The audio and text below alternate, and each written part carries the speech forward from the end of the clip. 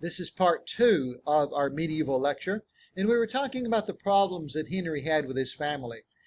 Eleanor decided that the oldest boy was her favorite, and that was Richard the Lionheart, the great Crusades fighter, Richard Coeur de Lion. So despite Eleanor, Henry picked the baby, John, as his favorite. There was another boy, Geoffrey, but nobody ever considered Geoffrey for anything. Eventually, things got so bad that Henry decided he would just divorce Eleanor, disown all the boys because he had totally lost faith in John, who didn't seem to have any talent at all, and marry someone else. Well, all that did, of course, was unite all the sons on the mom side, and they took their forces. And your forces are the men and the boys who live on your lands, and they had vast lands themselves. And so they made war on King Henry. Eventually, Henry was killed, and Richard became the king. Now, the people loved having Richard as a king. He was famous all throughout Europe. He helped put Britain on the map, but he loved to fight. He didn't like to rule. And so he was out of the country a great deal of the time. And when he was, he would contact his brother John, Prince John, and ask John to raise the money to help fight Richard's wars. So John got a bad reputation among the people as being somebody who was really greedy.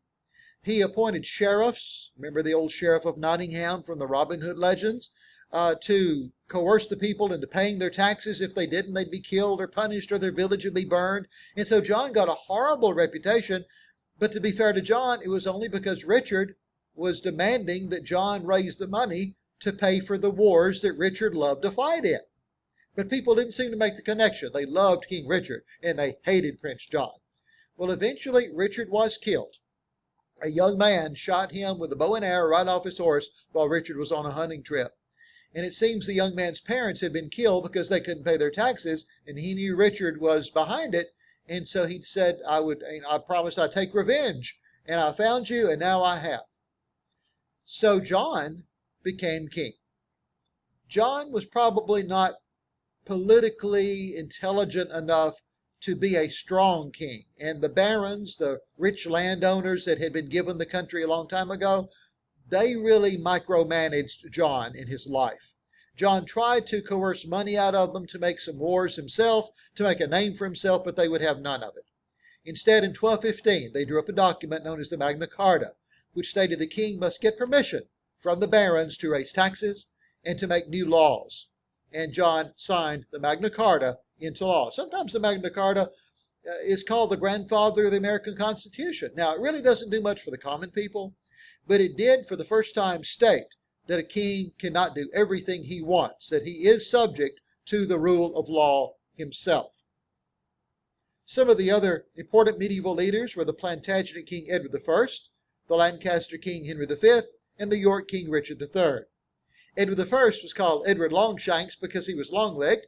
He was a powerful English king who created the court system, but unfortunately he had his bad side too. He persecuted the Scottish people very much.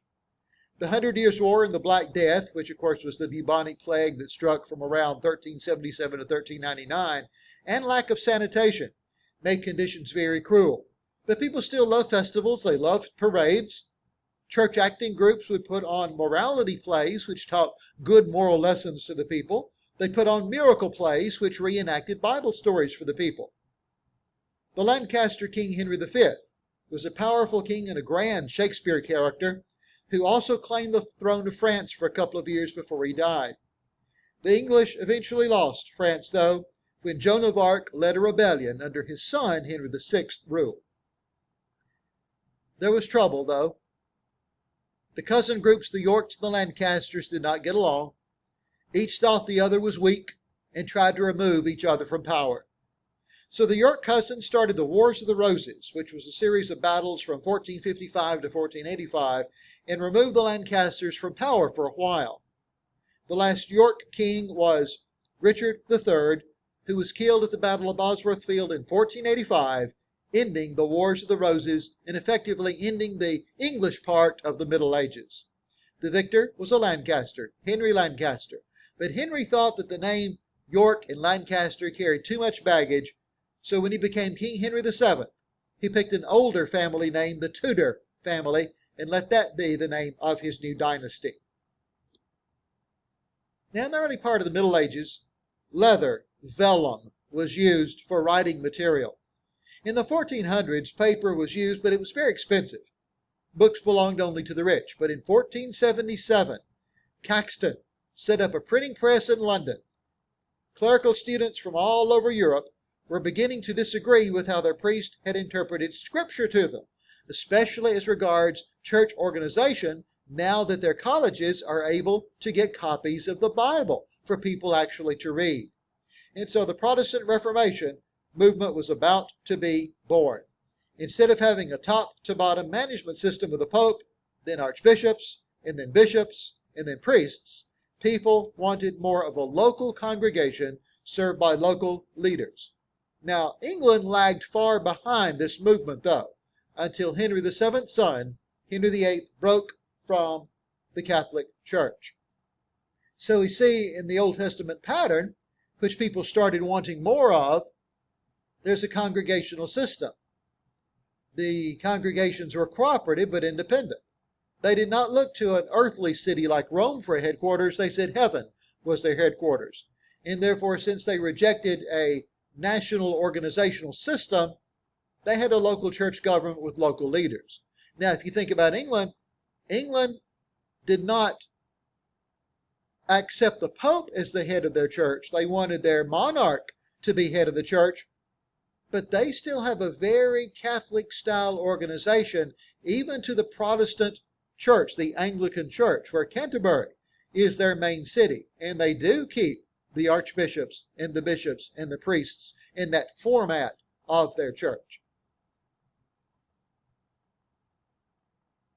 So by the time that the Middle Ages ends, feudalism, that system whereby the king declares he owns everything, that's over.